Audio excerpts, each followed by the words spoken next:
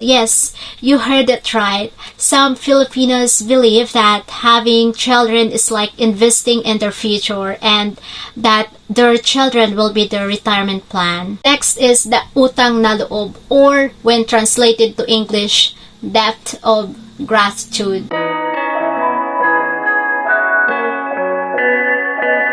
Hello everyone, my name is Ruth and welcome back to my YouTube channel, Ruth Online Vlog. Today's topic is a serious one and sensitive that many of us have grown up with and may have even internalized without realizing it. We're going to talk about the toxic Filipino mindset that most Filipinos thought it's normal.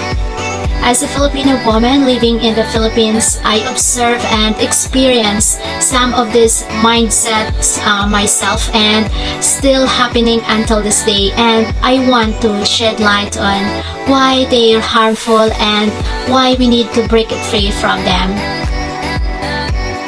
Before we begin, I want to make it clear that I am not trying to generalize Filipinos or create negativity towards our culture.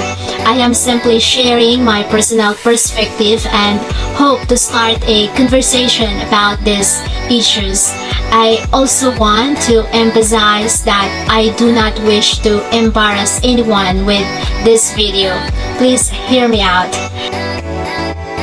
Let's get into it.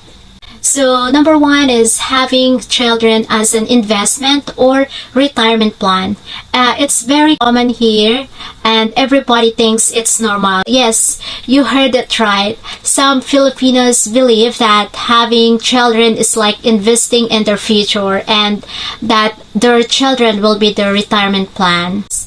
It also ignores the fact that retirement planning should be an individual responsibility, not your children's. It is puts pressure on your children to take care of their parents when they should be focusing on building their own lives. Yeah, a lot of Filipinos are like this until today, which passed down from previous generation to current generation, and I wish the Filipinos new generation can start to break it free for this kind of mindset and save something for their future retirement plans so that their children can focus with their future family to build. I know, nothing wrong when supporting your parents if you know they need help and you are capable of, but it should not be an obligation and mandatory.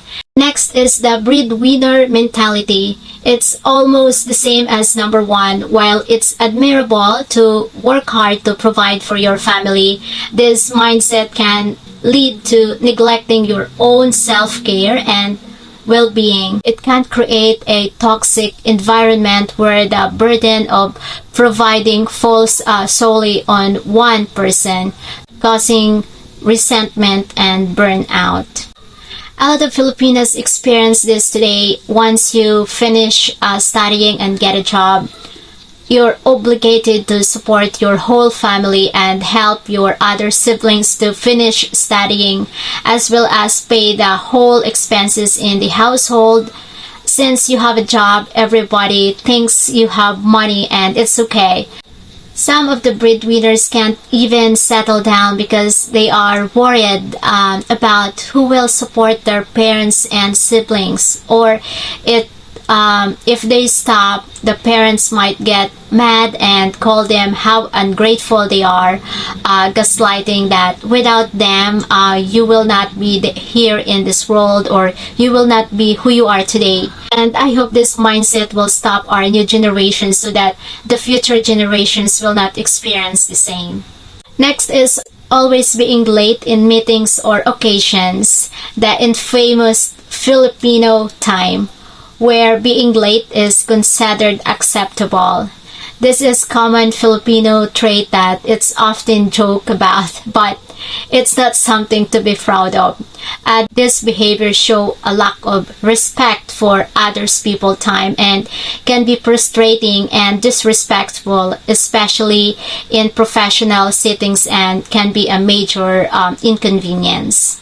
Example, you and your friends talk about having a meetup at 2 p.m. Expect everybody will show up at 2:30 p.m. or 3 p.m. Everybody thinks the same, so everybody is late too. I know it's frustrating for those who prepared to be early in order not to be late, but it's common here and it's hard to break free. Next that we're going to discuss is don't talk back to older people because they're always right.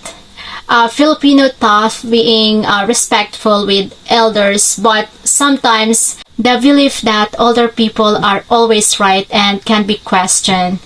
It was frustrating because even you know that you had a valid point, but you couldn't express it and defend yourself as you will be called out disrespectful. It also silences younger people and prevent them from speaking up when they see something wrong. I mean, sure, older people have more experience, but that doesn't mean they're always right.